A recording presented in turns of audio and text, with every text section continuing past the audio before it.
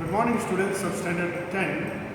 So today the main topic of our discussion would be the Mountbatten Plan, its main clauses and acceptance by the Congress. So the Mountbatten Plan that was started on 3rd June 1947. So just prelude about why the Mountbatten Plan was put forward. Lord Mountbatten succeeded Lord Revell as the Viceroy of India, and Admiral Lord Mountbatten was a member of the British royal family and had been the supreme Allied commander in the Southeast Asian during the Second World War. Lord Mountbatten assumed the office as Viceroy on 24th March 1947. The British government had asked Mountbatten to seek the cooperation of the two major political parties in working out the cabinet mission plan. But soon he found that there was no hope of any settlement between the Congress and the League. Jinnah had declared that Muslim League would not move back even an inch in the demand for the creation of Pakistan. The situation at that time was explosive.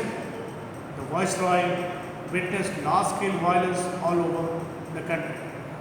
Muslim League's demand nothing but the partition of the country, and therefore the Viceroy came up with the conclusion that only way to stop the riots and bloodshed throughout the country was through partition of the country. Now he started negotiating with the topmost leaders of the major political parties to make them agree to the partition of the country. The Congress was vehemently opposed to the partition of the country, as Lord Mountbatten tried to convince the Congress leaders that the partition of India was inevitable. Nehru and Sardar Patel were forced the circumstances to admit that there was no other way. Nehru and Patel were impressed by the argument that it was better to have a smaller India where they could do what they pleased than the undivided India, where the League could not allow them to do anything. The Congress had to choose between the two evils, the partition of India and the civil war. Gandhiji had once said, even if the whole of India is in flames, it will not bring Pakistan. Pakistan would be made on my dead body. Even Gandhi later became convinced that the only solution of the country was its partition. Lord Mountbatten prepared a plan of partition on 18th May 1947. He left for London to discuss his plan with the British government, and on 3rd June 1947, the partition popularly known as the Mountbatten Plan was announced. It laid down certain methods by which there was a transfer of power from British to Indian hands. Yeah?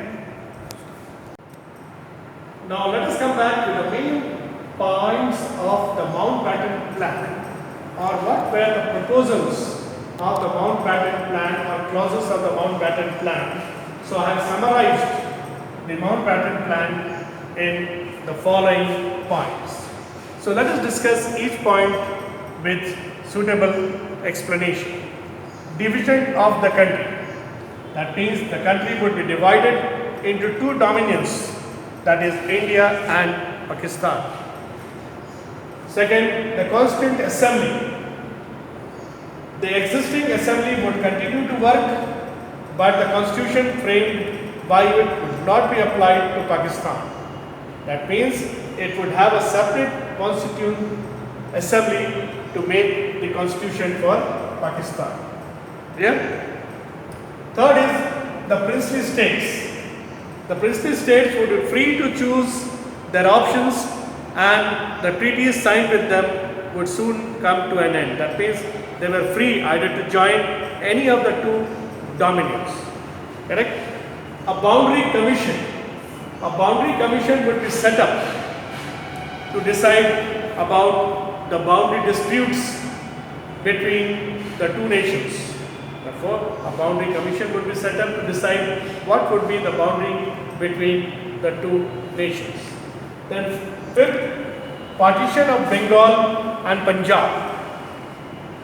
The provinces of Bengal and Punjab were also to be divided on the basis of Muslim majority and non-Muslim majority basis. So therefore, they decided that it will be decided on the Muslim majority and non-Muslim majority basis. Sixth, the Act of Transfer.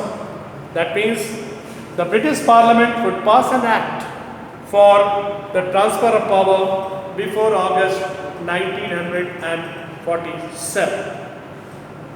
Then seventh, British Commonwealth. Both the dominance of India and Pakistan would be free to leave or remain in the British Commonwealth. So in short, these were the different plans or the clauses as laid down by Lord Mountbatten. But this plan was vehemently opposed by the Congress leaders, and in his broadcast to the nation, I'd like to quote, in his broadcast to the nation, Pandit Jawaharlal Nehru said, "It is with no joy in my heart that I commend these proposals to you. For generations we have dreamt and struggled for a free and independent united India. The proposal to allow certain parts to secede, if they so will, is painful for any one of to contemplate." So this was the statement made by Pandit Jawaharlal Nehru on the agreement of the Mountbatten Plan. Now we'll take why did the Congress accept the Mountbatten Plan or the partition. There are certain reasons why the Congress accepted this plan with regret. Let us discuss what are the reasons behind the acceptance of the Mountbatten Plan by the Congress. So the first topic would be Muslim League's Direct Action Plan. That means as a result of the League's Direct Action Plan, that means the Muslim League leader Muhammad Ali Jinnah was abandoned for the creation of Pakistan. So several parts of the India witnessed large-scale communal riots. The choice was between two evils, partition and the civil war. So the lesser evil was opted. As Nehru said, to cut off the head in order to get rid of the headache. So that was the reason behind the acceptance of the Congress. Then second point, we have the desire of the Congress to make strong India. The Congress had bitter experiences of functioning with the League. So they were convinced that it was better to have a smaller India than to have undivided, disorganized India. Therefore, in this event, Sardar Patel said, "If one limb is poisoned, it must be removed, lest the entire organism suffers irreparably." So therefore, they said it's better to have the separation. Then thirdly, the failure of the interim government. The Congress had better experience of functioning with the League in the interim government. So it could not form a coalition government with the League, because in an undivided India, the civil services, the police, the army would have to function on communal lines. So this would result in chaos and disorder in the administration setup, and therefore the Congress accepted this plan. Finally, intrigue use of the British officers.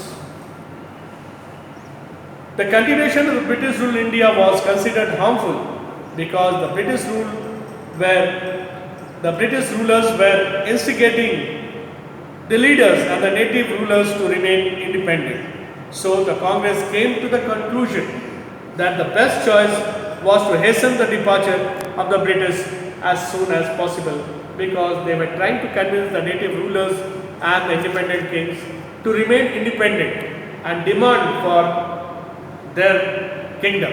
So the Congress felt that it was better the British move away better soon or than to disturb the entire setup of the country. In short, these were the acceptance by the Congress. In our topic in the syllabus we have the Mountbatten Plan, the clauses of the Mountbatten Plan and acceptance of the plan. I hope I have cleared with this topic, and please go through the topic. If you find any difficulty, you can ask. Till then, take care of yourself and God bless you.